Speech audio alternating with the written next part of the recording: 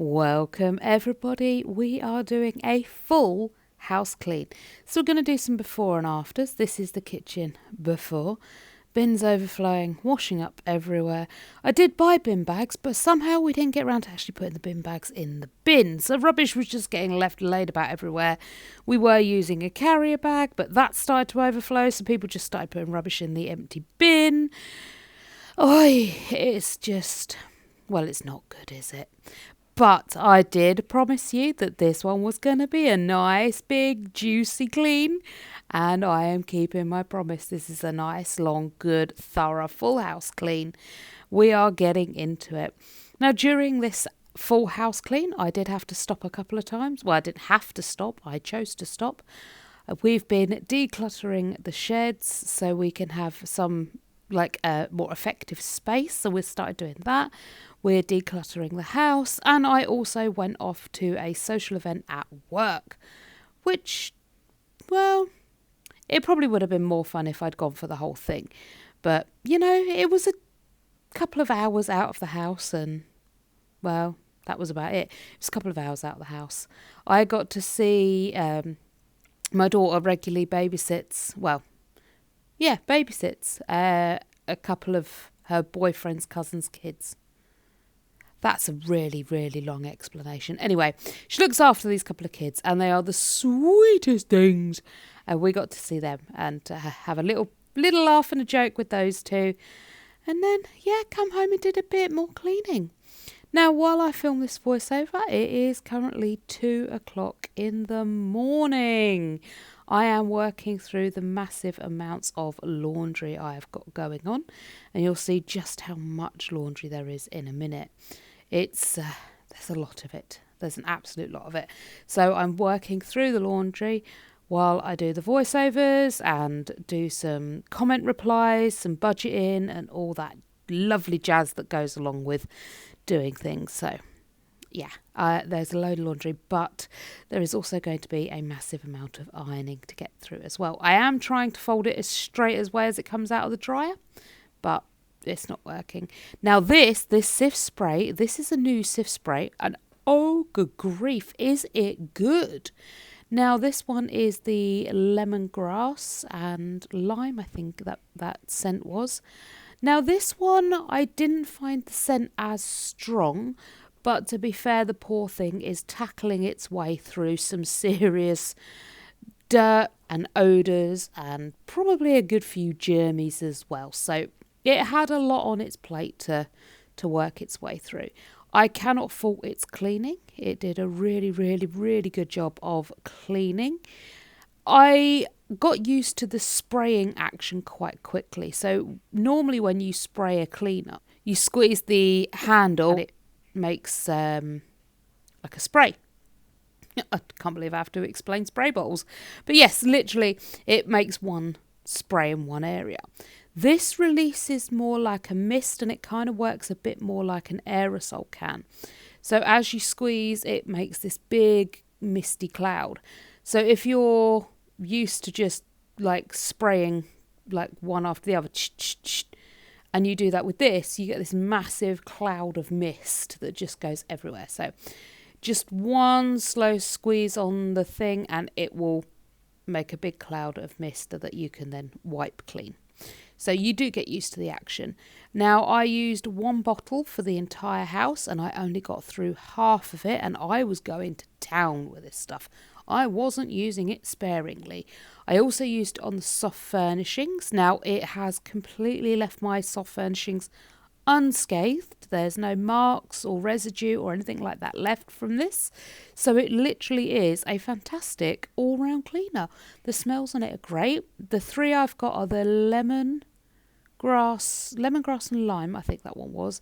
There's a sea salt one and there's a lavender version.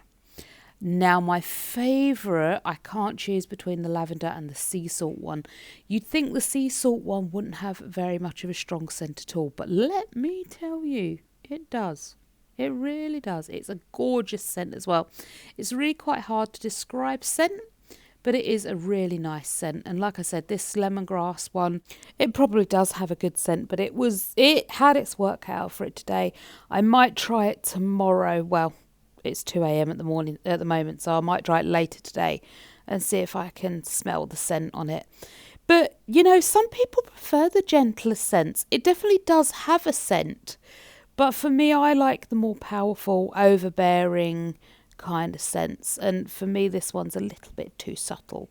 There's nothing wrong with subtle. It's just, for me, I don't know. I just like the stronger smells. So if you like the subtle one, try the lemongrass one first and see how you get on. And then maybe upgrade, because they're not massively strong scented, but they are, you know what I'm trying to say? I don't know what I'm trying to say. It's very early in the morning. So the lemongrass one for me was a very mellow scent. Barely could smell it. The sea salty one was like the next level up. And then the lavender, you could really smell the lavender in it. So there's your stages. They do refill bottles as well, which is fantastic. Now, the washing up we're moving on to next. It's been a bit of a pain in the bottom to do lately. Our heating system has gone bonkers. So for those of you who've watched the other videos, you may have seen that our heating system has gone a little bit crazy. During the heat waves we've had here in the UK, we have been feeling really quite poorly here. And we just put it down to the fact that, it's hot. And it's making us not feel very well.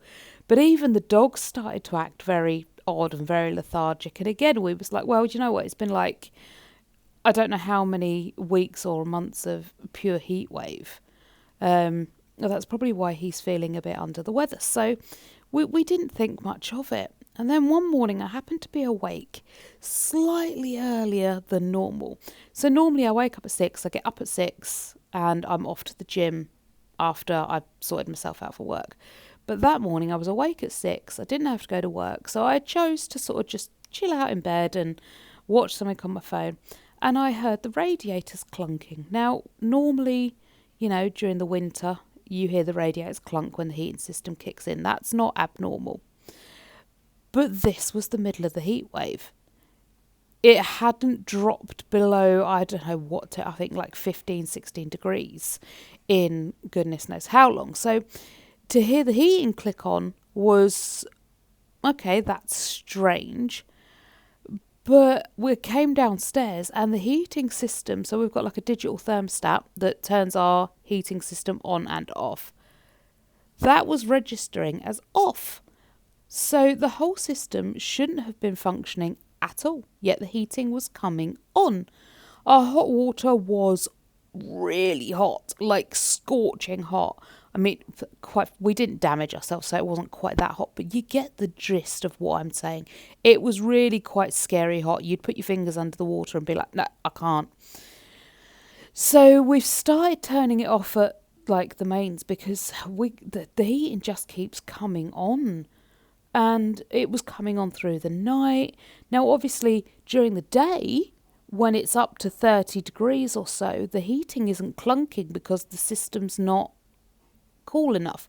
Although, quite frankly, I didn't think 15, 16 degrees was cool enough. But it's heating up to such a level that it's really causing problems. Like, the radiators are getting, like, really hot. Like, don't want to touch them kind of hot. The bare pipes that they've left out all over the place, they were getting really hot, kind of I don't want to touch them sort of hot.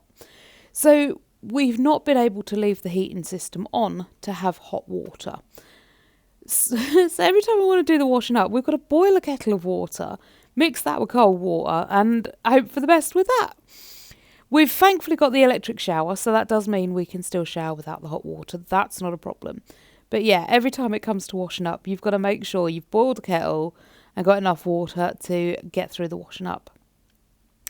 So, normally I start upstairs. Why am I starting downstairs? This is something I wanted to visit, and I've just remembered I wanted to talk to you about it.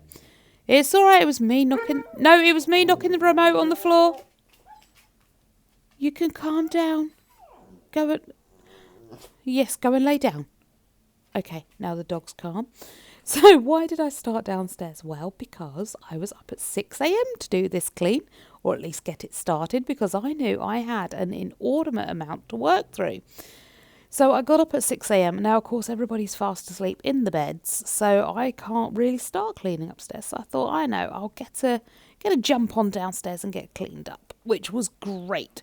It literally took me, I think, 6:30, 7:30, 8:30, 9:30, 10:30. It took me 4 hours to do the kitchen and the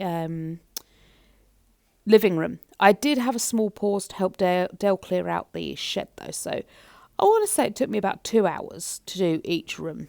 2 hours, no, an hour to do this room, an hour to do the living room, and then 2 hours to help Dale clear out his shed, or our shed, should I say. I've made the decision that we're going to share the bigger shed. It will be a space for both of us to work on projects and things in. And I'm also planning on getting like a treadmill and a cross trainer and things like that in there, so I can have my own home gym workout space. So on days I don't go to the gym, on days I'm not at work, I can still go to the gym here and get a nice workout in. Because as soon as I try and work out in the living room, someone will want to walk through it and it'll be like, I'll be in the middle of Tybo doing all the kicking and the punching and that, and someone will walk through or the dog will run through and I'll trip over, fall down, and it's just not going to be fun. So yes, the shed will become a workout space, but also a project space, which is nice. But it does mean, because I started in the kitchen, I work through the whole house and then come back down to finish in the kitchen. And well, let me tell you, there was a lot to do when I got back round to the kitchen. It was insane.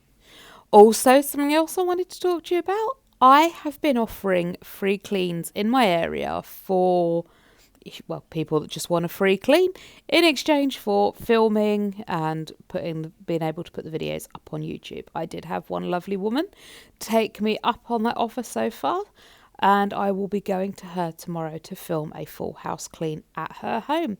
So once everything's filmed, edited and approved, you will see that video uploaded on Tuesday, I think the 26th of August. If it's not the 26th, it'll be the 25th or whatever that Tuesday is then. I think it is the 26th. So you will see that video go up on Tuesday the 26th. Do look out for that. It's going to be a full house clean in someone else's house. I am so excited.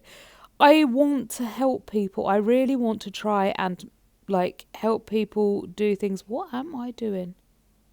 Oh yes, Craig's juice bottle, the little straw bit had some mould in it, so I was trying to get the mould out. They make these bottles impossible to clean. I have got a straw cleaner now, so I can use that instead, but I didn't have one at this point in time when I was doing the bottle. So yeah, I wanted to help people out. I know there's people out there that are overworked, that are tired, that are pulled in about 8 different directions every single day and have literally no idea what to do with themselves. They've got to go to work, take the kids to school, doctor's appointments and all this jazz, and somehow find time to clean their homes. Now, it would be a one-off full house clean at the moment that I'll be doing. Will I make that more of a regular thing later on? I don't know. I want to, but we have to see how things pan out. This is just kind of like a test year. See how we get on doing that. But yeah, I got my first client later today, because again, it's like 2:15 in the morning now. So I've got my first client later on today and give her house a full clean. I potentially have someone else who'd like a full house clean done. I'm not sure when I can fit them in. They're a special one-off. They were back in my hometown of Hertfordshire, or my home county of Hertfordshire. So obviously I could go down and visit my family and do them a one-off free clean as well. So I don't know when I can fit that in. So I don't know when that one's going to be coming available for you guys on the YouTube, on your Tuesdays.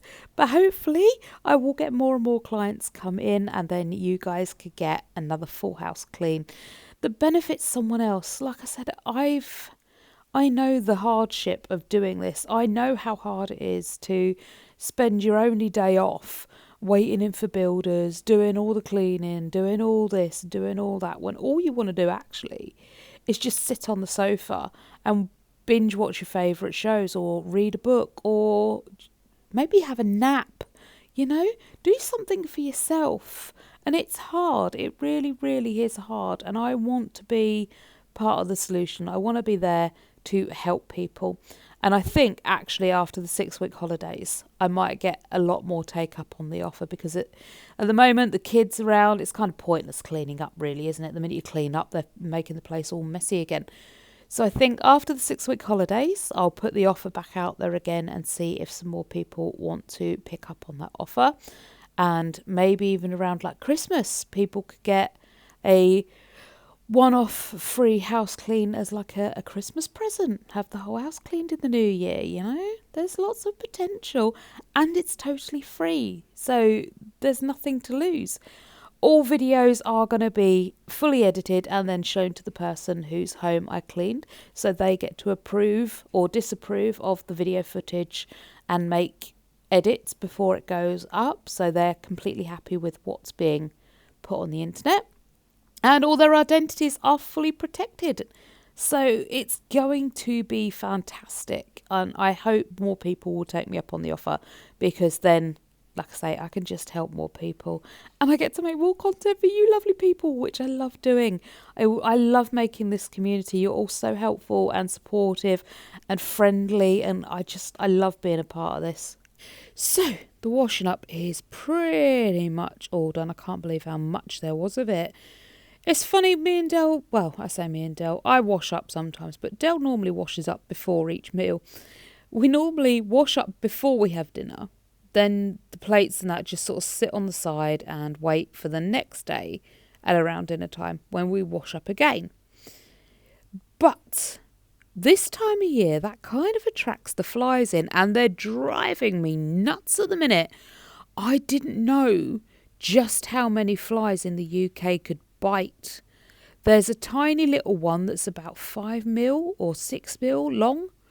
It's got like a big abdomen and it kind of looks like a larger version of a fruit fly. They can bite you and they've got quite a nasty bite on them. It really burns and stings when they bite you. And earlier in the week, not earlier today, earlier in the week, I was sitting just editing my phone, waiting to get ready for work because I don't wash my gym uniform or my gym outfit the minute I get home from work. It normally waits until just before I go to bed. So in the morning I got to tumble dry. So I was waiting for my gym stuff to dry. And I'm sitting there editing on my phone and I feel this sort of burning sting on one of my toes. And I look down and there's this really long, thin kind of fly-looking thing on my toe. And as I move my toe, it's staying on there. So I reach down to sort of, obviously it's biting me, so I try and move it. And yeah, I don't know what fly it was, but it was having a nibble. Then you've got mosquitoes that give you a nice nip. They're horrible. There's horseflies. I've never seen a horsefly, but I hear their bite's quite painful as well. So I don't want flies in the house. Not only are they germ-ridden, filthy, horrible things that land on you and tickle you and irritate you and contaminate your food and your work surfaces, but there also are the bitey variety that just drive you mad. And then they leave these little poops over everything, like these little brown spots on everything. And I think those little brown poop spots actually attract more flies. So if you've got one and it's pooping everywhere, it's probably going to attract more flies in for you. And I'm not for that game. I'm sorry. No, not today. One of the biggest problems we've got is we do have one of those bug zapper things, with the blue light that they fly into. We've got one of those. We can't really have it on though. As soon as we put the blue fly light on, Woody hides. He's terrified of it. I've got no idea why he's terrified of it. It's never hurt him, nor has he been subject to anything that, like that could have hurt him. But yeah, the minute you turn it on, he runs and he hides and he's done for. You'll see later in the video, I go up and do our room and he's actually hiding behind one of our pillows. Now, I'm trying to find those sticky bug tape things that you can get, that you stick in the ceiling and you pull the tape down. I don't like those though, because it's a bit of a slow way of going for them, and they might be flies and they might be germ ridden and they might be annoying, but I still don't like the fact that it's going to be a slow, drawn out passing for them, and I wouldn't like it. My legs sort of stuck and, trying to pull them free and hurting yourself, or your wings stuck, and I don't like them. I really don't like them. At least the bug device, the zapper we call it, it's very quick. It's very painless. They fly into it. Boop, bye-bye. I mean, they probably don't even know it's happening. You just fly towards this pretty blue light and bing, that's it. It's gone. It's over. I've just listened to the voice clips back and I've only just realised you can hear the tumble dryer rumbling away in the background. I have got the kitchen door shut, but you can still hear it rumbling away. So if you're wondering what that faint rumbling noise is, that is what it is. It is my dryer, because I'm still working through the laundry. I've got, I think, 2 loads left and then I am done. I've got 2 loads left to wash. I've got 4 loads left to dry. I've got 1 in the dryer, 1 waiting to go in the dryer, 1 in the washer at the minute, and 2 in the basket that day. So, yeah, I'm getting through it. I am getting through it. I'm not going to do the ironing today, though. I am going to wait till probably either later on today or maybe Monday. I don't know. Quite frankly, I'm starting to feel a little bit snoozy now. It's about 3 o'clock. Well, what time is it? Let me have a look. Oh, it's about 2:30. It's 2, 2:30, somewhere in that time frame. And I am starting to feel a little bit sleepy. Oh, this really annoyed me, this next bit. I've literally just finished the washing up, haven't I, right? I'm just about to start cleaning out the fridge of all the manky vegetables, because yes, I caved and I brought fruit and veg, and apparently it just goes off super quick in the fridge. I don't know if anyone else has the same problem, but you get a fruit bowl and you put fruit in it, and within 2 days, 3 days, you've got fruit flies hanging around it. Or you put stuff in your fridge and within 2 days, 3 days, it's all gone to mush. This is what annoyed me. Dell, I've just finished washing up. He comes out, he rinses up his cup and his spoon that he has for his cup of tea. No problem there. I don't mind that. Obviously, he needs to rinse to make sure things are clean. But then he dries up his cup, and no, I'm just going to leave the wet spoon on the clean sink. Is it really that hard to grab a tea towel and dry it up and put it away behind you? When people look at videos on TikTok, on YouTube of messy homes, people often ask in the comments over and over again, how does your home get so bad so quickly? That's how. That there is how. Like, literally, you're in the process of cleaning up and people are literally walking behind you and making a mess behind you. And I'm not blaming, well, I'm kind of blaming Dale, but I'm not solely blaming Dale. I'm just as bad with things, and so are the kids.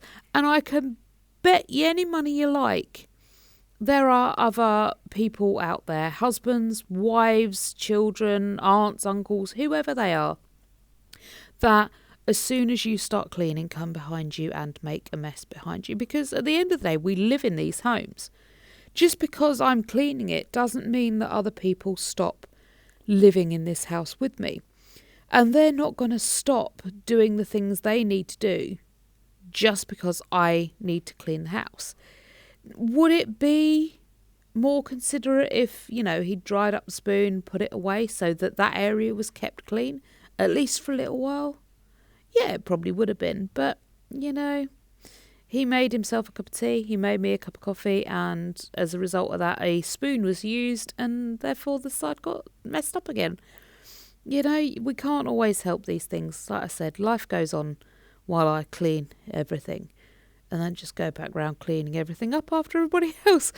I don't mind it when you're having dinner and that sort of thing, but it seems no matter what time I start cleaning or how I do the cleaning, literally the minute I've got it done, there's a mess being made behind me.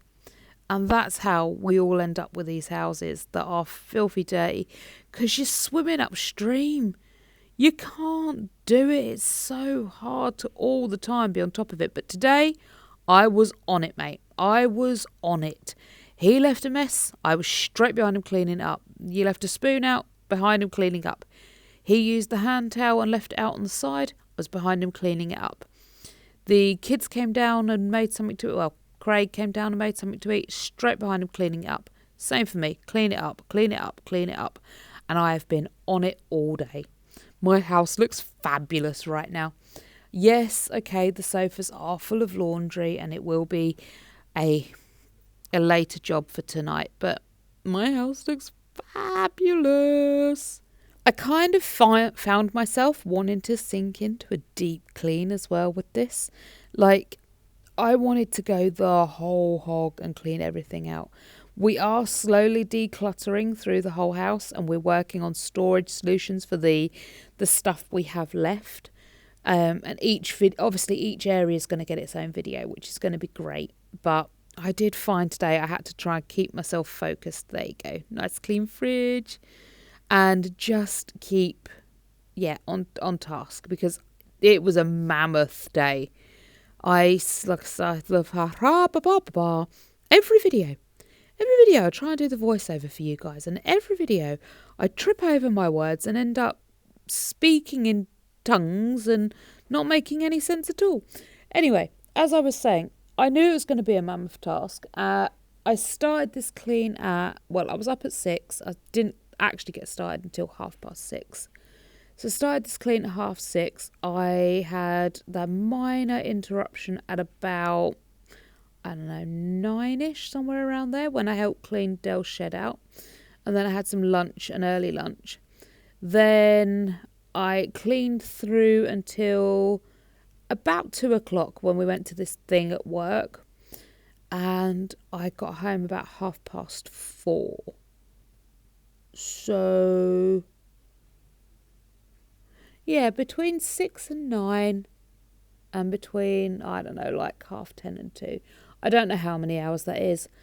If someone could do the maths on how many hours that is and let me know in the comments, I would be very grateful, because it's 2:30 in the morning. My brain doesn't do numbers at the best of times, and right now it is not doing the numbers. There's the blue light. Look on top of the cupboards. You'll see the blue light. That's what Woody's scared of. It doesn't make any noise until a fly flies in it, and then it goes and it makes like this little snapping sound. But it doesn't make any noise. He must be able to hear it. It must be emitting some sort of noise that he can hear, because he doesn't even have to be in the same room. He knows it's on before it's even on. But I don't know how else to humanely take the flies away, There's sprays and all sorts. I don't like them sprays though, especially in your kitchens. Oh, it gets in your cups and your kettle and your food surfaces. I don't like it. So I don't like the sprays, especially in your kitchen. I don't like the sprays because of, what they do to the flies, how it dispatches them. I don't like the sticky paper so much because, like I said earlier, how slow it is for them. I don't like the other, the other methods of dispatching them. That zapper seems like the most humane way to do it. And it just means Woody's going to have to hide upstairs for a bit. I have tried like the citronella stuff, the citronella sprays and the citronella scents. But I think my flies are immune to that. They don't seem bothered by it, not one bit. I am going to be investing in some screening for the windows though, for either later on this year or next year now, because I want to have the windows open and I'm sick of the flies getting in. There's another reason why I want the fly screening up, but we'll get to that later. I will remember, I promise, but there's another reason I want the fly screening up. I also got my very, very first wasp sting the other day. Oh, right on the finger, right down the side of the fingernail. Oh, it was ouchy. Thankfully, it didn't manage to get a good sting on it. I only just got it sort of stinger in. I think it had been, stunned by a car in front of us. It landed on the windscreen, and as Dell pulled onto the roundabout, it got caught in the wind and it blew in my open window. And I was searching for it. I couldn't find it. I was sure it had come in the car. I was panicking. I couldn't find it. And then I think I saw it on my lap, or I just moved and I touched it and it stung me, and I sort of flicked it across the car. In a panic. And then literally I ended up sitting almost pretty much on the gear stick so I could get away from this thing. I've got Dale yelling at me to move out of the way and get off the gear stick because he's trying to drive. Oh, it was a panic. It was a massive panic. Thankfully, I wasn't too much in the way, and I managed to squish said bug. Stupid thing. Dale found somewhere safe to pull over out of the way, and I threw the wretched thing out of the car, and then proceeded to panic and cry and, panic and cry some more, and Dale calmed me down. It's actually not that bad now. Oh, did it hurt after it did it though? The throbbing. I've been stung by a bee now, and I've been stung by a wasp, and both are not pleasant at all. Not in any way, shape or form. But the bee sting, I must admit, was less stingy, if that makes sense. The wasp sting was very sharp. It throbbed. It continued to sting. It was a very sharp type sting. Whereas the bee sting kind of felt like a dull, burny type pain. And then sort of turned a bit achy. And then that was kind of the end of it, really. There was nothing special to it. It hurt. It's not something I want to do any day. But yeah, the wasp sting, and even though it was a minor one as well, I can't imagine what it had been like if it had been a proper one. Like if it's actually got its stinger in properly, that would have been awful.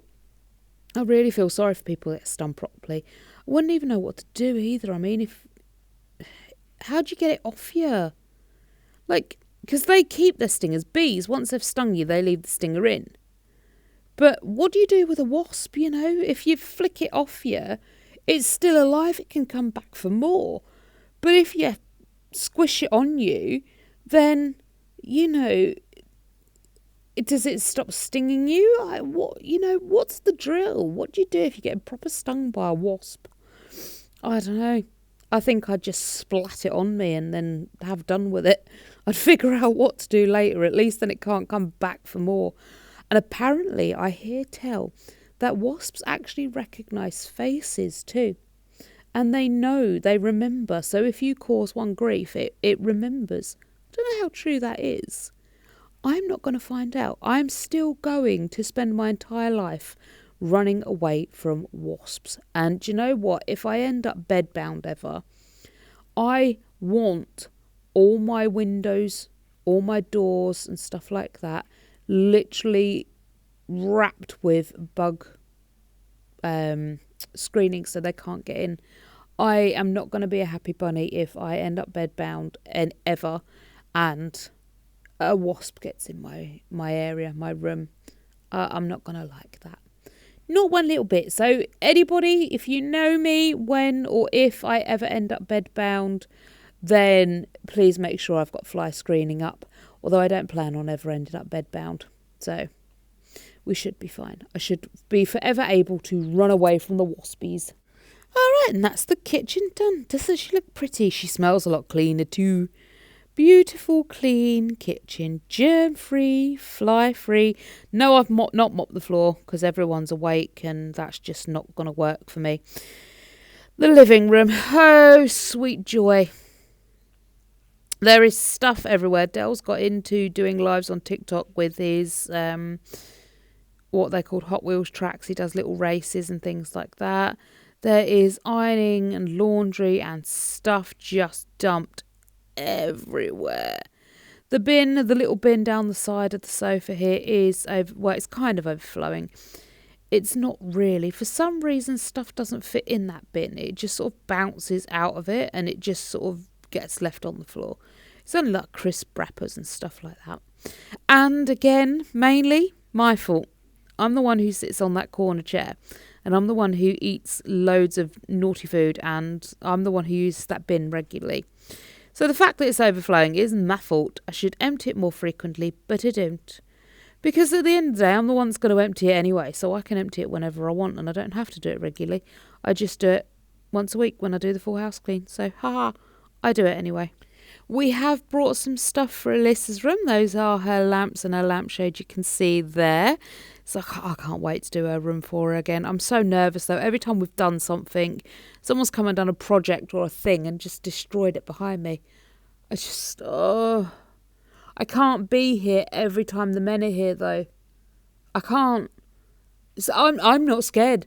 I am not scared of the men. I will be telling them, you put your overshoes on or you take your shoes off. I don't know that Dell's quite as watched them like a hawk, and whether he just leaves them to their own devices.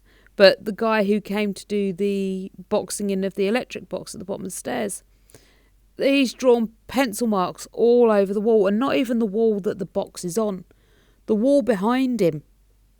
He wore his shoes up the stairs till I told him, and then he took them off pretty quick. He's drilled where he's drilled. I don't know how he's managed it, but he's taken like bash chunks out of the wood. You know what? I'm going to have to do a video. I'm going to show you all. I am going to show you all the monstrosity of what this is. I didn't want to give him any airtime or credit for it, but I'm not going to mention the name of his business or his name because I want to show you what's been done. But I don't want to give him any free advertising. So I'm quite happy to share his work, but I'm just not going to share him or his company. To be honest, most of you aren't in the same area I'm in, so you probably wouldn't be using him as a general builder or a carpenter anyway. So it's not like you're going to end up with him at all. But yeah, I'm going to show you. I will film a video and I will post it. It will go up as a random, and I think my next random is due to go out somewhere around the 25th of August now. I've got some scheduled to go out already. So look out for one around then if you want to see what this looks like. We are going to try and rectify it. Well, we are going to rectify it. I'm no trying about it. I'm going to take it all down and I'm going to fix it and replace it because I can't live with that. It's horrible. And the amount of times we've clobbered ourselves going up and down stairs, it's just not reasonable. I knew there would be an adjustment period because it's something in a new place that wasn't there before. And I knew there'd be an adjustment period. And I'm that sort of person that is constantly clocking myself anyway. My hips and legs, they are bruised, and my arms are really bruised because I will walk past a table and not move over far enough and clunk. I make the beds at work and like a wardrobe or a radiator or whatever, clunk. The door handles, clunk. I am forever clonking myself on things. So I knew there would be a period of adjustment when the cupboard was put in because it's there when it wasn't there before. And I knew if anyone was going to clonk themselves, it would be me. But the amount I've clonked myself is not reasonable, and the level I've clonked myself is not reasonable either. I don't know if anyone else has clonked themselves. I'll have to check with them too. Ooh, that's another thing. While I'm remembering, sorry, my brain's darting around all over the place. It's like one of them Springer Spaniels tonight. While I'm on it, the Sif spray stuff that I've got is great for glass. It's great for windows. So if you wanted to use it on windows, mirrors, perfectly fine. You do spray it, wipe it, and then buff it with a dry cloth, and it comes up pretty good. So literally the Sif spray, like you can see there, all over the soft furnishings. It's the same thing I'm dusting with, and it's the same thing I'm cleaning the windows with. It's the same spray I clean the kitchen with, and it's the same spray I will clean the bathroom with. It's antibacterial. It's great for soft furnishings because it's got the scents on it, so it neutralises the odours and any germs on your soft furnishings too. It's great for dusting with. Yeah, it's just fantastic all-rounder. And like I say, they do the refill bottles as well. I never saw the point in those refill bottles though. Like when you go to the shop, you can get the refill bottles for like your coffee. Have you seen them? Like my coffee and most coffee comes in a glass jar. But then some of the companies sell packets, like little foily, plasticky packets that you can use to refill because they take up less space on landfill.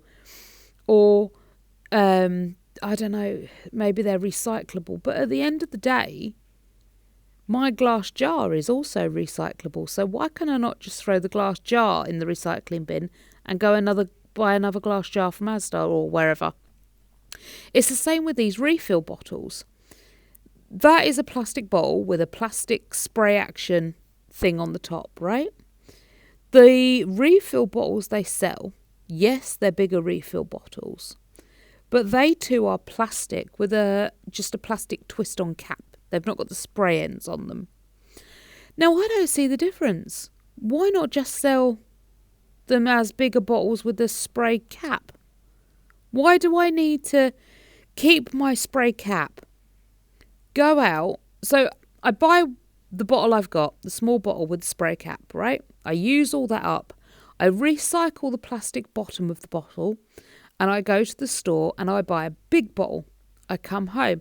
I unscrew the plastic lid and put that in the recycling and screw my spray lid back on top. So now what you've got in the bin is a little bottle and a plastic top. And what I've got in my hand is a big bottle and a spray top. Well, what's the difference? Why can I not just have in the bin a little bottle with a spray top and then have a big bottle with a spray top? You know, it makes no sense. I hope I'm making sense. It's very early in the morning and I'm very sleepy.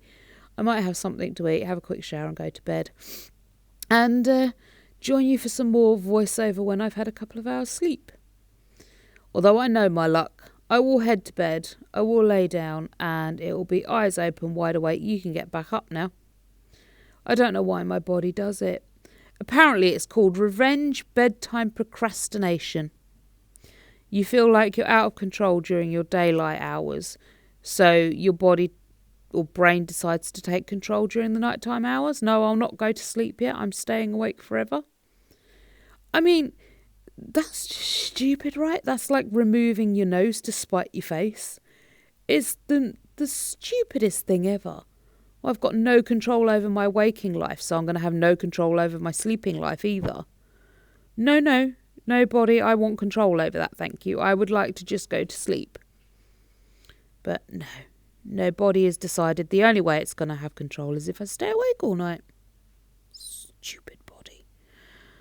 Oh, did I make myself another nighttime tea? No, I didn't. I might do that in a minute as well. I don't know whether a nice hot shower will make me sleepy or wake me up. Probably wake me up, knowing my luck.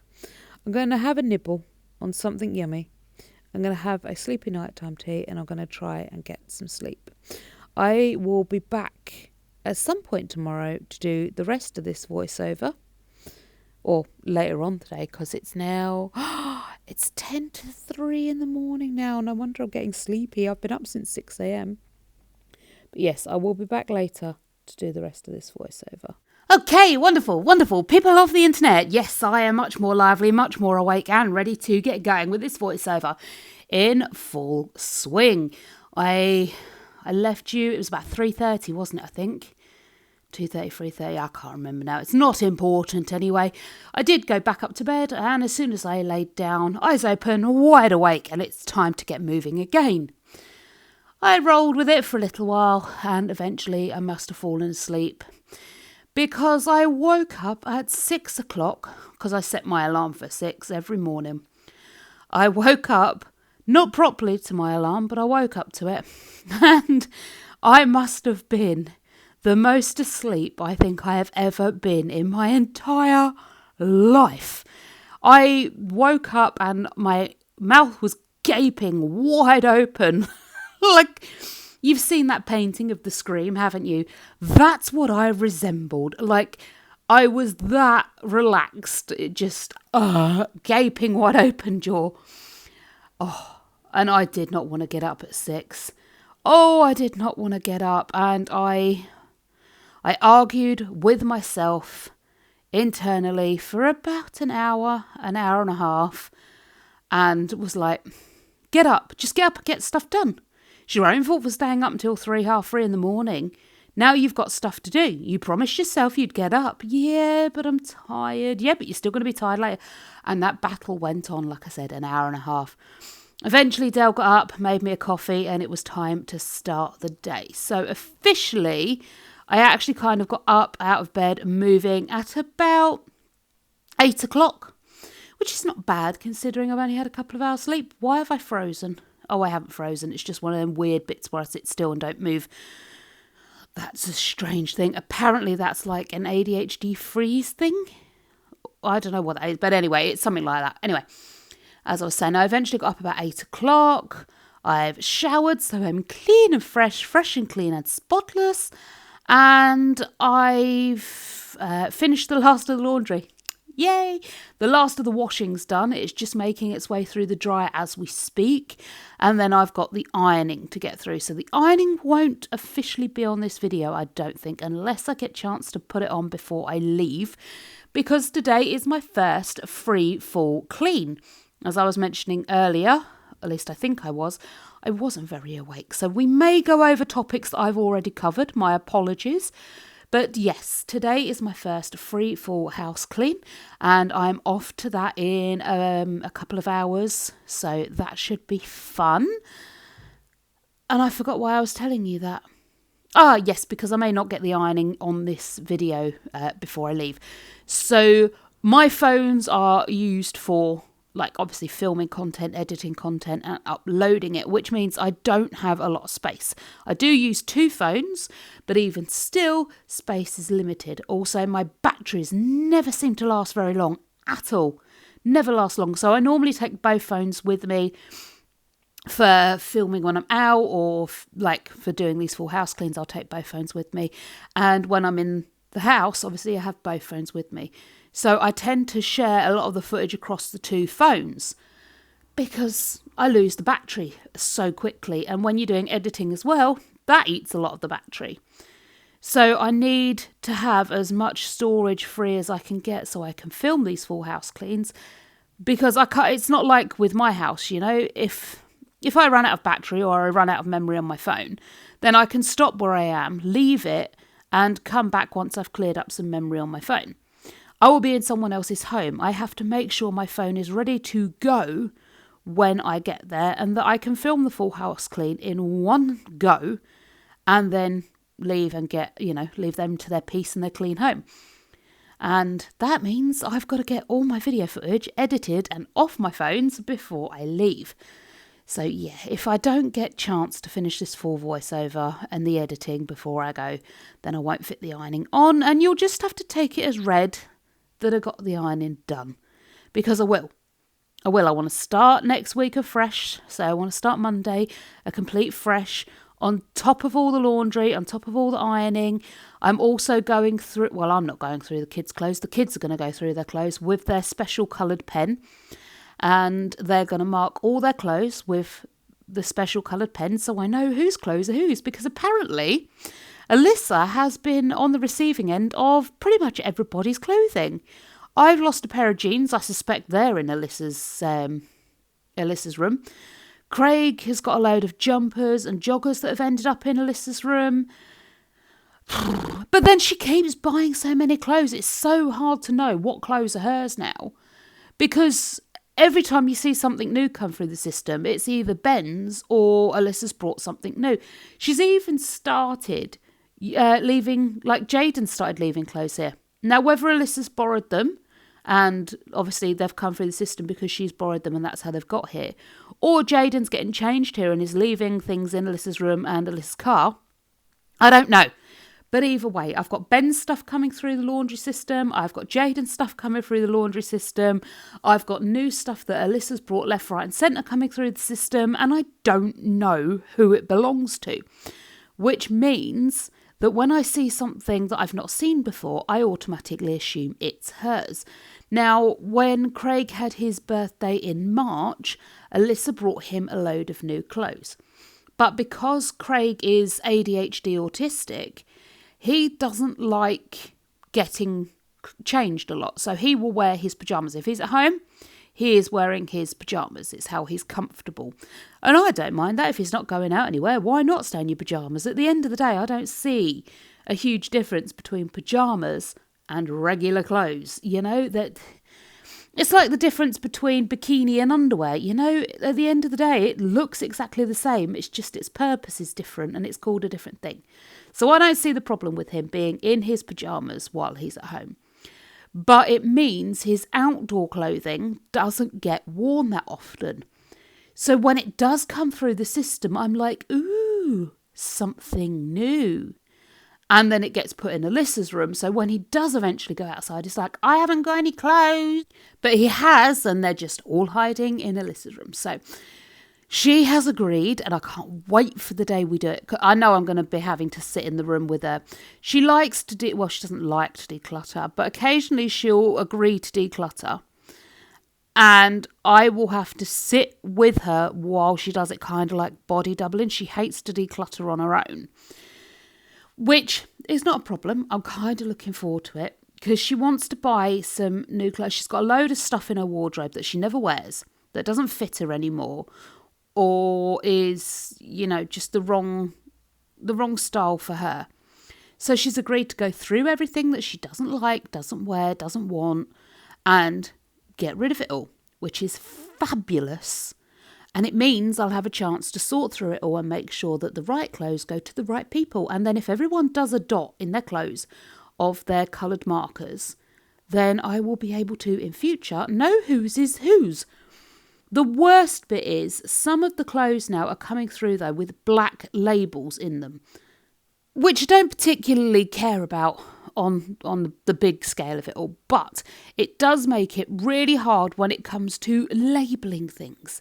Now, if you're a parent, you know the importance of labelling school uniform. Thankfully, I don't have to do that anymore. But with the black labels coming through, how do you write on the tag in Sharpie marker your child's name? How am I supposed to dot people's clothing with like their coloured marker so I know whose is whose? When the label is black, you can't see the dot of the coloured marker.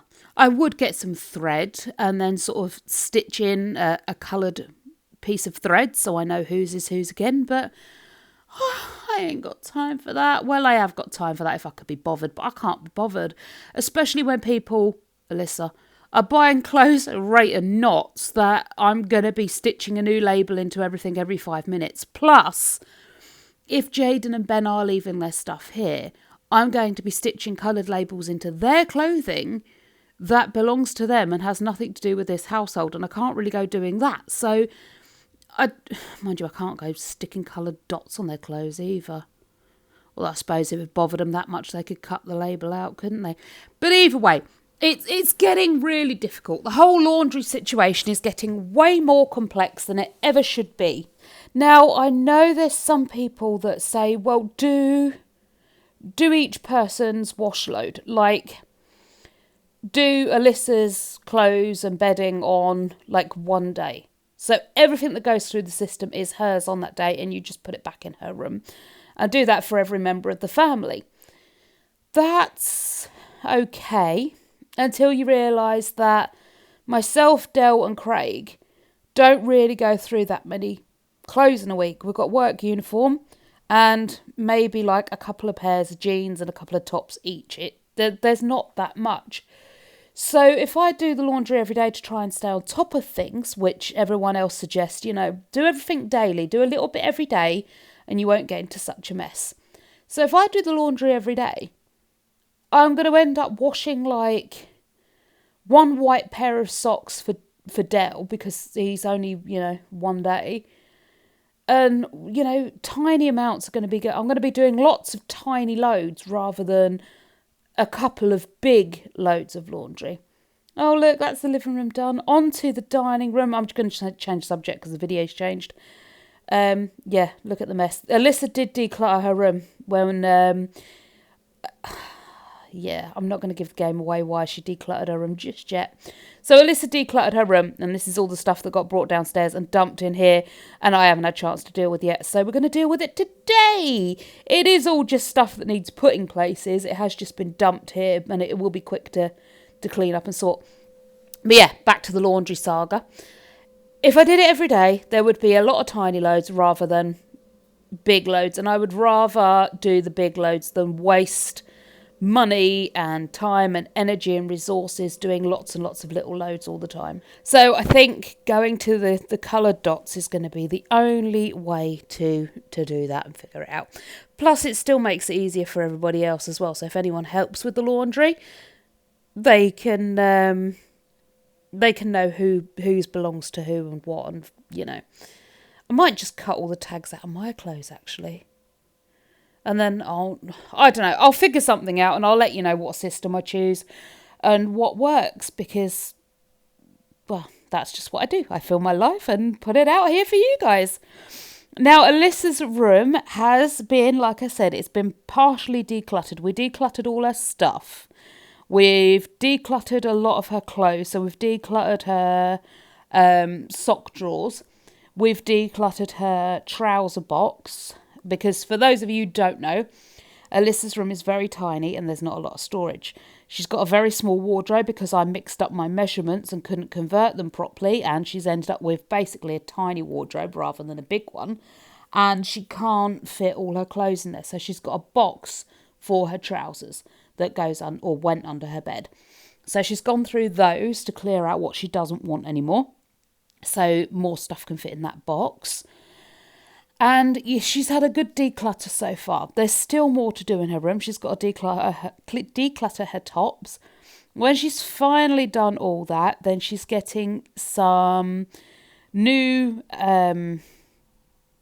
furniture for her room, new wallpaper, paint, and that sort of thing. Because, like I said, when the guys came to do the heating system, I knew it was going to happen. I kind of planned it that way and kind of didn't. Like, they'd been telling us for ages we were going to get the new heating system installed, and every time they let us down. Now this went on for years. It weren't just a couple of days or weeks. This was over the course of a couple of years. So when they messaged or rang or however they contacted us October last year, and said, we want to put your new heating system in, I was like, yeah, okay, fine, whatever. But I was just about to start redecorating Alyssa's room then. So I didn't want to start with them saying that they were going to do the heating system. But then we kind of heard nothing about it after that. And I was like, look, I'm going to just do it anyway, because if I don't do it, we're never going to get a better house, And I kind of thought to myself, if I do it, it's just tempting fate, isn't it? I'll spend all that money to do it, and then they will come and replace the heating system and basically destroy all of the work I've done. So I kind of, you know what I mean? I was tempting fate to do it. And it kind of worked. I did her room and fate was tempted, and boom, in they came and ruined everything I'd done. So now I have to redo her room, although Alyssa is very anti me doing her room. And to be fair, I am a little bit anti redoing her room as well. As you will see, we've just filmed a video that's going up in August. We went out shopping together.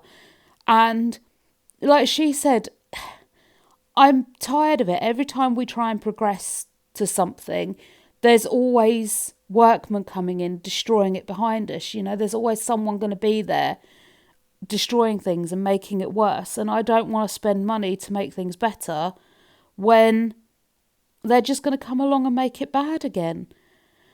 And I get her point. I do. I don't want to spend money and then have other people say, nope, we're changing that now and you're going to have to redo it all because we've decided that you can't have that there anymore or whatever. And I get it, but you've got to keep trying. At the end of the day, when you make your plans, goals, dreams, hopes, aspirations, whatever you want to call it, you tell your friends, you tell God, You tell the universe how, whatever it is, and then all of a sudden these roadblocks keep coming up. They keep jumping in your way. And you think, they're there to stop me. They're there to stop me getting what I want. They're there to stop me achieving. That's not what they're there for. They're there to prove that you're worthy of your hopes, goals, dreams, aspirations, whatever you want to call them. They are there to make you work harder so that when you get your goal and dream, you can enjoy it more. Does the water not taste sweeter when you're thirsty? I think it does. If you've ever come home and been absolutely gasping for a drink and you've had a glass of water, is it not the best tasting water you've ever had? When you're absolutely ravenously hungry and you get something to eat, is it not the best tasting thing you've ever eaten? Because the hunger isn't there to stop you. It's there to make the reward that more sweeter. And it's also, to me, it kind of seems like natural selection. At the end of the day, if we all just went, I want to be successful, okay? And there was no roadblocks, no hurdles between you and becoming successful. Everybody would be successful because it'd be easy, right? Well, that would make success pointless. It would no longer be the great achievement. It would no longer be something to be proud of. It would no longer be success. It would just be something everybody else did. If you want to live among the 1% of people, the rich, the famous, the elite, the people that don't have to worry about what their groceries cost every month, if you want to be there, then you have to overcome all these hurdles. You have to keep going in the face of adversity, because otherwise everybody would be doing it. And suddenly it wouldn't be a 1% thing, would it? It'd be 100% thing. Everybody would be doing it because it'd be easy. So you have to keep going when these obstacles come up, because it's the obstacles that make the journey worthwhile. A smooth ride with no bumps, with no turns, with no diversions. Well, it's a boring drive, isn't it? Think how many times you drive to and from work every day. Well, not every day, but you know what I mean. Think how many times you drive to and from work. Nothing happens. It's completely uneventful. You take the turns in the road because you're used to them. But then one day, a diversion kicks in. There's roadworks and you've got to go round the long way and, you remember that day, don't you? And for me, that's what all these roadblocks are. That's what all these tiny little hiccups and snags and things are. They're a way of making the journey more interesting. They're a way of weeding out the rest of the people that don't really want to be there, that are just going to cloud the experience. And they're a way of making sure that you enjoy the end result. So when you're getting thrown these roadblocks in life, I tend to do a couple of things. Firstly, look at what it is that you're trying to achieve. Look at your goal. Is it something that still aligns with who you want to be, your personality, your spirit, your life goal? Because as we grow older, our life goal, all cleared and tidy. See, that didn't take long. Our life's goal changes as we grow older, as we develop as a person. So if all these roadblocks are being thrown up and it's getting hard and you're getting tired, look at whether this goal still aligns with who you are as a person. If the answer is yes, then these roadblocks are there to make the journey more interesting. Wheedle out all those people that don't really want to be there and make the finish line taste a bit more sweeter. Then you have to look at learning how to negotiate these roadblocks, the diversions. Same as when you're travelling to and from work. You get a diversion put in, you don't know where you're going, so what do? You follow the car in front. You ask your sat-nav. You pull out a map. You go to people that know the answer and you try and navigate your way around. So that's number one. Does it still align with your goals and who you are? Number two, find those people who can help you. And then number three, double down on your efforts. Double down on your efforts. The only way you're going to overcome these blocks is to make sure that next time you've got the wherewithal, the energy, the knowledge and the ability to jump over those roadblocks, follow that diversion, know where you're going, know what you're doing, have the confidence to stick at it, have the resources that mean you can stick at it. And then that's how you get where you're going. That's how you reach your goals. You don't just wake up one morning and decide you want to do something and everything flows smoothly. It's just not the way it is. I hope all that rambling just made sense. I kind of got a little bit distracted with my analogies and is it a synonym? There's a word I haven't used since school. Either way, I hope it made sense. I really do. Because so many people give up on their hopes and dreams so quickly because it gets a bit tough.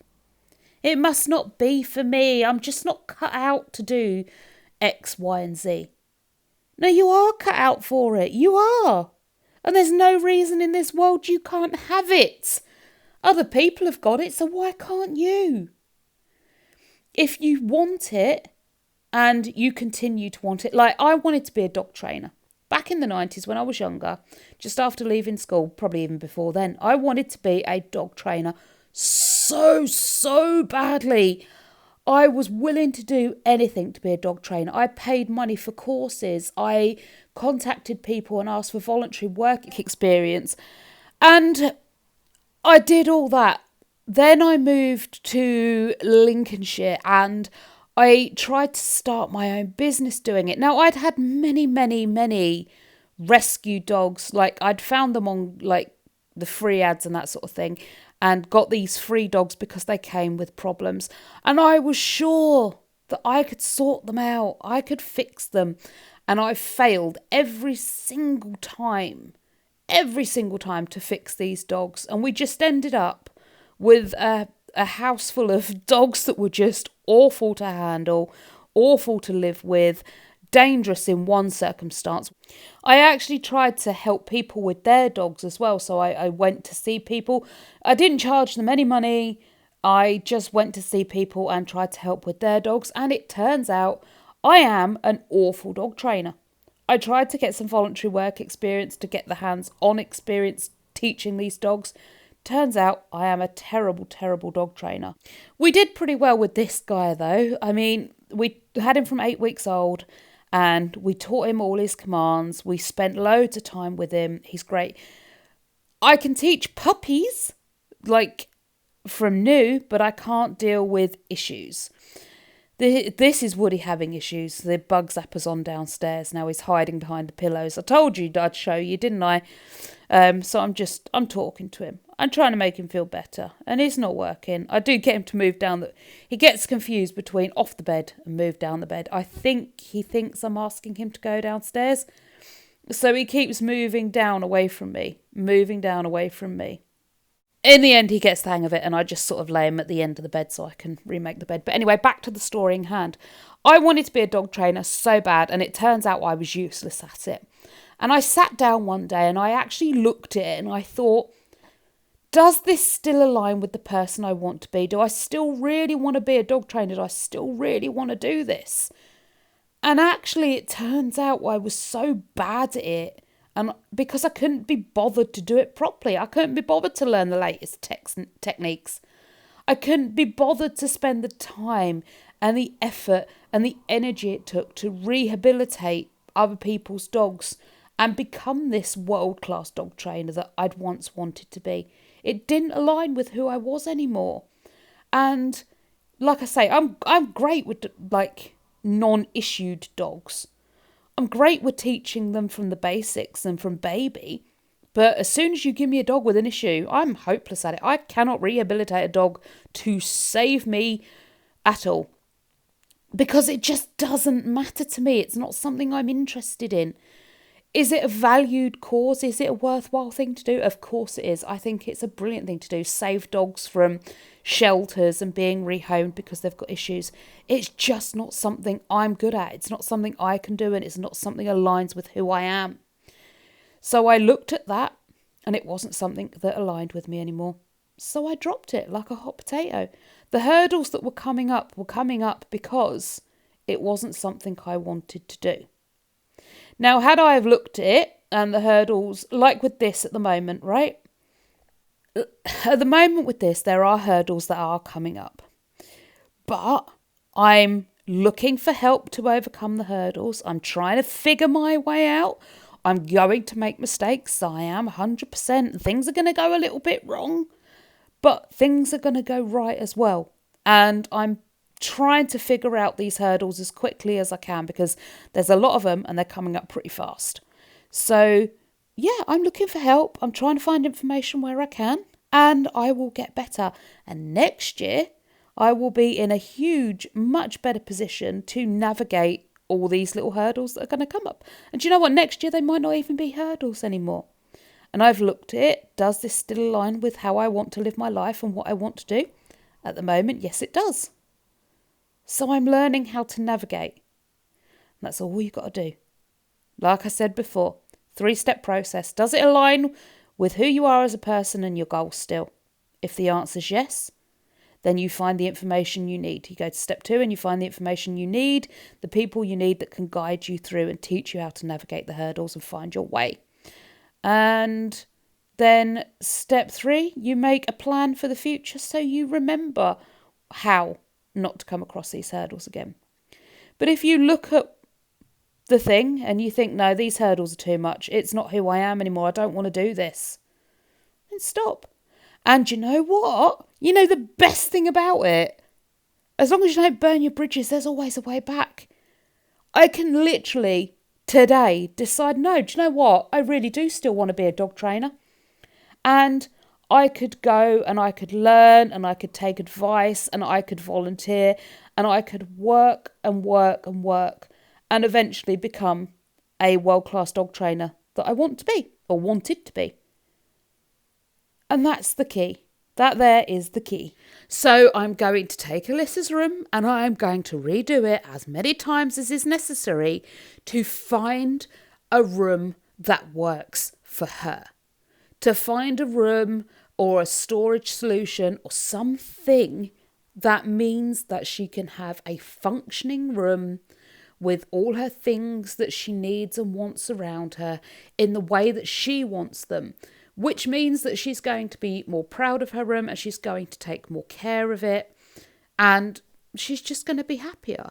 I saw ages ago a method of making your house work for you and a storage solution that works for you. And I'm not sure it's the same person, but I found a person more recently who does the same sort of content on social media platforms about how to make your house and your storage work for you. And basically, she says, if you do things like this, then your storage has to be done like this. So if you come home from work and you throw your jacket on a chair or whatever, then you need to make the storage work in that area. Rather than having a coat hook on the other side of the room because it looks pretty, you need to make the storage for your coats there so you can literally just throw your coat down at the end of the day. If you throw your keys down on the table, put a nice bowl on the centre of the table and then you can throw your keys in there. You know, it's not taking extra steps at all, because the minute you have to take extra steps, you are not doing that task. It's making the tasks you already do, or the rituals, the daily activities you do, it's making them more efficient. That's literally all it is. So I need to take a look at Alyssa's room, work out how she does things and make it more efficient. One of the biggest problems she's got is her makeup. She's got plenty of containers for her makeup, which is fantastic. But when she sits down at her mirror to do her makeup, she literally will pull all of her pots out do her makeup, and then she leaves all of her pots out and all of her makeup out in front of the mirror. So she won't put it back in each container and put it back on her shelf. So I need to come up with some sort of desk with a mirror on it, or some sort of way of organising that, with a big open container in front of her that she can literally just rifle through, pull her makeup out, do it, and then throw it back in there, and off she goes, because that's going to keep it all organised and tidy. Now, is it going to look aesthetically pleasing? Maybe, maybe not. I don't quite know yet. But is that storage solution going to work for her and keep her room clean and tidy? Yes, it is. That's the thing that I want the most. I have a jewellery box that is a laundry detergent pod box. It's an empty laundry detergent pod box. And my jewellery gets thrown in there. There's no organisation to it because I don't wear jewellery that often. And it just gets thrown in there. My makeup, it's all in the same box, just thrown in, because I don't do it very often. And having it all out on display, it's just going to look cluttered and untidy, because it's not something I do every day. It's pointless having it out on display. So I'm going to find a way that works for her in her room and means that she can keep it clean, tidy and efficient. And to be fair, the first time we did her room, she really was keeping it clean and tidy and efficient. But she's got really downhearted with all the builders keep coming and going through her room and making a mess of it. And I really can't blame her. To be fair, I'm feeling the same. When we did the stairs and the carpenter guy came to do the stairs, to box in the electrics, and he's caused all that damage, I thought, what's the point? What was the point in making all this effort for someone that you're paying to come and destroy it for you? You know? But I'm not gonna stop. I will get the paint and I will touch up all the bad stuff and move on. Okay, so this is how Alyssa's room looks now. Now, why did we move it round and declutter it all? And I'll tell you why we moved it round and decluttered it all. At the end of her bed there is something that's going to distract me awfully in a little while. I've been quite good and I've not got very distracted lately. But I must admit, I came in here to sort this room out and I got extremely distracted and really had to work hard to pull myself back to focus mode, because I'm very nearly done. So I've worked from the downstairs up to the top and I'm very nearly done. We have to go back down to the kitchen, which is going to look a bit of a mess again. But I'm very nearly finished for the day. So I'm just like, keep focused. Because at 2:00, I've got to go out to this work thing. Although technically I don't have to. And realistically, it was a complete waste of time. So, you know, I shouldn't really have gone. I should have just stayed and done more stuff at home. But I didn't know it was going to be a waste of time. I thought it was going to be big, big fun. And it just weren't my idea of fun. Everyone else had fun. It wasn't what I was expecting it to be. Anyway, I'm about to get distracted. And I've kept you in suspense long enough. I am distracted by baby Novi, or Nova. So Nova is Alyssa's new kitten. Now, I know a lot of you are going to be upset that perhaps we're giving up on baby cat coming home. I want to let you know that's not the case. We are still very much hoping, and if you want to call it praying, we're praying. We have everything crossed that baby cat comes home. But we did find a baby Novi, or Nova. She is called Nova. I just keep calling her Novi. She is the cutest whittle kitten. I will put a picture up of her. There she is. Gorgeous little lady. She's 12 weeks old and she's obviously female. I say obviously female because I've been referring to her as she. When we got her, the owner said she'd got out into the garden and something had happened to her and she was absolutely terrified. Now, when I tell you this kitten was petrified of something, I am not lying to you. We tried to put her in the box to bring her home and she freaked out. The owners couldn't even hold on to her properly because when we came in the house, she absolutely lost her mind and was just throwing herself all over the place. She was terrified. I don't know what happened. I don't particularly want to know what happened because it's not important to her anymore. That happened and is no longer part of her life. She is here now. We love her. We will look after her and we'll do whatever it takes to make sure she's fine, safe and healthy. But we got her home and she would not come out of the corner. She would hide and cower. If you tried to touch her, she'd run away and freak out. We tried to get her out of the cat carrier that she was in because it had to go back to the owners. We didn't have a cat carrier. We had a nice box for her to come in and she didn't want to go in it. So her original owners, the people that had her from birth, they lent us her cat carrier to bring her home in. So it smelt like mum and she'd settle more. But that had to go back to them. She wouldn't even stay in the cat carrier. She went and hid in the corner of Alyssa's room and that was the end of that. So we got some advice and we, sorted her out and she's very much a completely different kitten now. So she's only been with us a couple of days and she's pretty much a different kitten now. She's absolutely amazing. She wouldn't eat though for the first 24-ish hours, 24 just over hours, maybe 36 hours. She wouldn't eat, she wouldn't drink, she wouldn't toilet, she wouldn't do anything. So we had to get these little special like cat yogurt lick things. That's all we could get her to eat. And we had to do that by wiping it on her face and letting her lick it off. And eventually she kind of realised, oh, that's good stuff and I'm actually hungry. And she started eating it straight from the tubes. And then we got some like syringes from the vets. And we were sort of giving her like droplets of water that way because she wouldn't drink out of a water dish. She wouldn't drink any fluid. So we had to kind of drip feed her with that. And after we did that, that was it. She came right out of her shell. She's been great. And yeah, that's Baby Novi or Baby Nova. Like I said, we are still hoping Baby Cat comes home. So if we can keep up the hopes and prayers for Baby Cat, that would be amazing. We have had a bit of a lead on her though.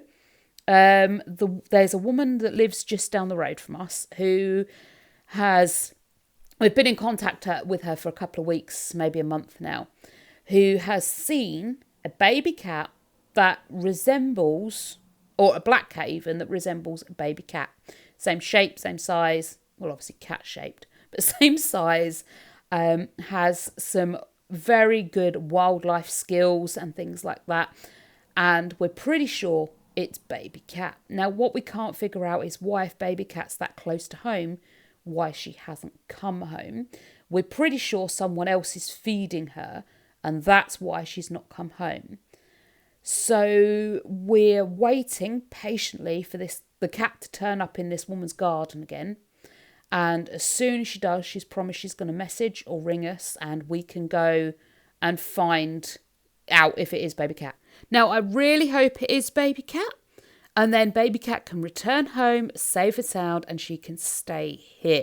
Baby Cat is microchipped, so if it does turn out to be her, we will know because she can go straight to the vets, be scanned, and if it's her, it will ping up instantly on the computer. So it's not like we're going to accidentally take someone else's cat.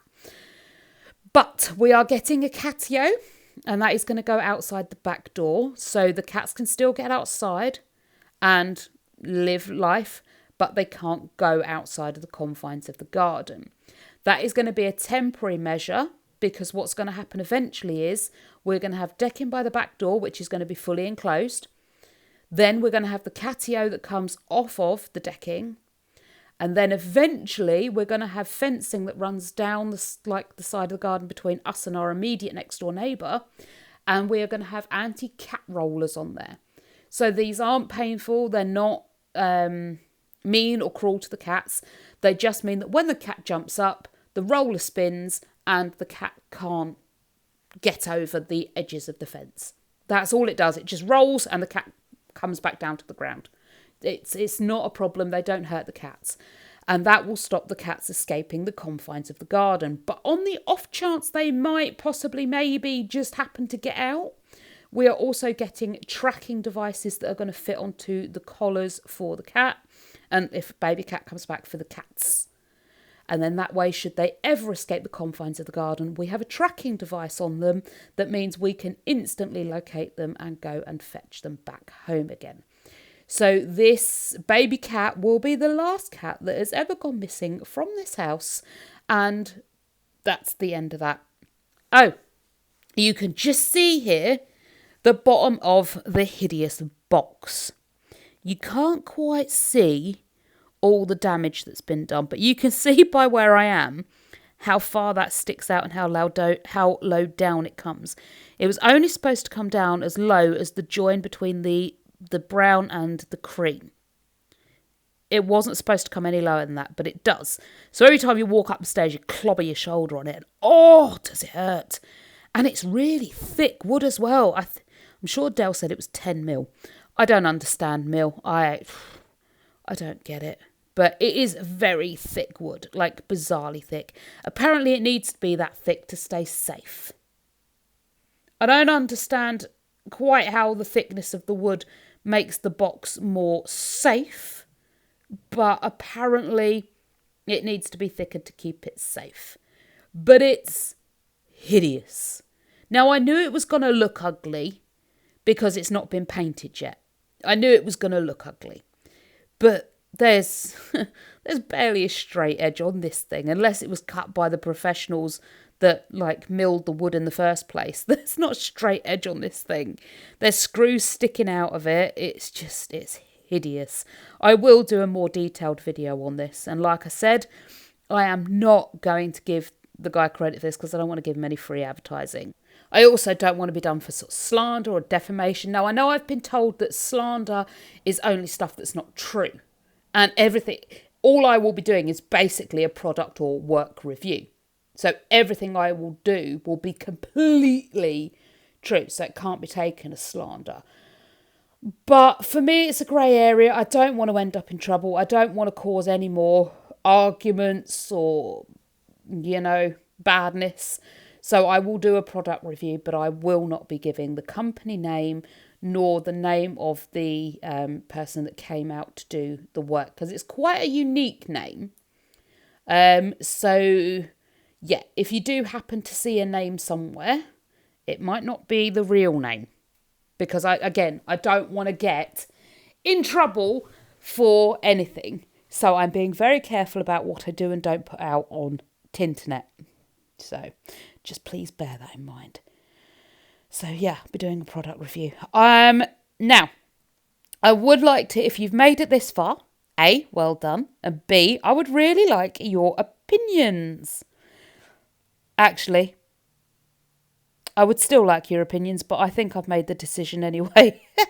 I wanted to know what room to do next, the dining room or this room. Now, this room is in the most need to be redone, redecorated, and sorted out, but this is the room that's going to take the mega money, because we need new sofas, we need new carpet, we need new underlay, we need new wallpaper and paint for the walls and all that jazz. So I'm going to start with the dining room and we'll work up to that big room. All right, this is back in the kitchen. So I cleaned this room earlier and now we're back again. So that's 2 loads going in there, wash loads, 3 wash loads, 4 wash loads, 5 wash loads. That's 6 and 7 wash loads, because that's 2 loads in one pile, maybe even 3. So we'll go 7. That's 8 wash loads, and 9 and 10 wash loads. There you go, 10 wash loads I've got for the whole house today.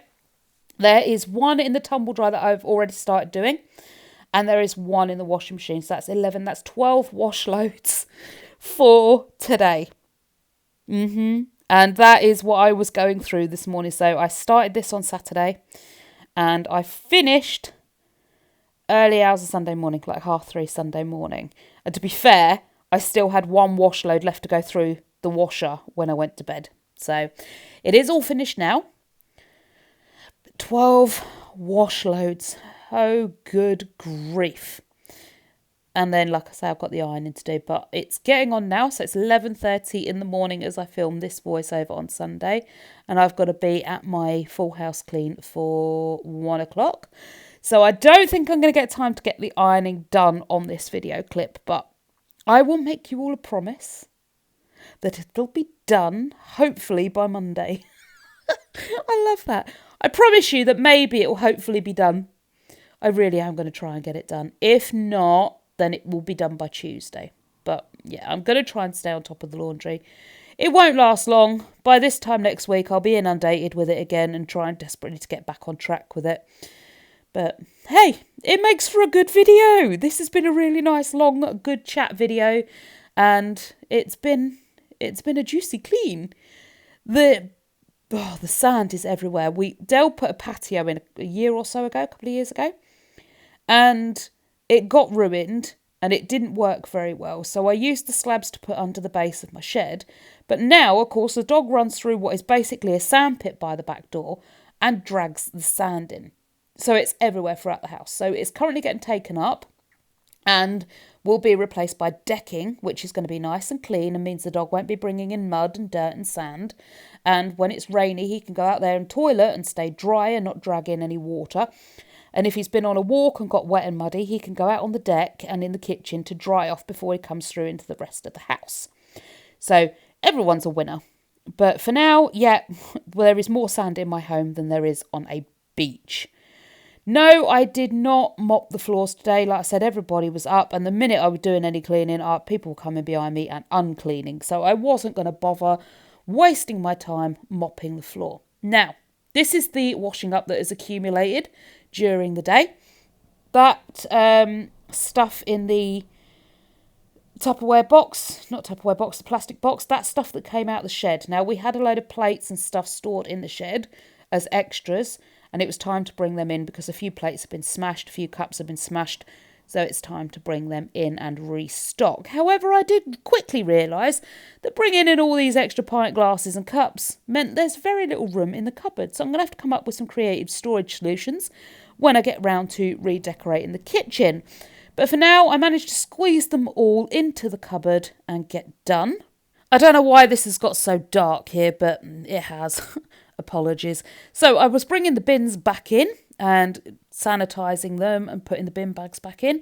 I've literally just finished the washing up and ta-da! Out comes Dale to what I thought was wash up his cups. Put them away. So I keep doing the bins, happy in the knowledge that he's seen me literally just finish the washing up, and he rinses out my cup. Now we keep looking. What's he going to do next? What's he going to do next? Give him time. Trust him. Do you know what? I'm going to ruin the surprise for you. He leaves his dirty cup on the side. I've literally just finished the washing up. Do you remember earlier in the video? I finished washing up for the first time. And he comes out and he leaves a teaspoon on the draining board. I finished washing up for the second time that day. And he comes out and leaves his dirty cup on the kitchen side. I could have cried. That's not the only thing I could have done, but I definitely could have cried. And he was like, just leave it. Craig will be having his dinner in a minute and then I'll wash up like the dinner plate and my cup at the same time. I'm like, that's not the point. The point is I've literally just finished doing the washing up. And here you are, just leaving a mess behind me.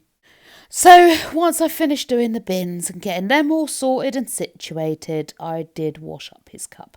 Because despite me pointing out the fact that I've just finished the second wash and upload of the day, and like me making that, why have you done that? He still didn't wash up his cup. I love him, but he's so flippin' irritating sometimes. I'm sure he'll say the same about me.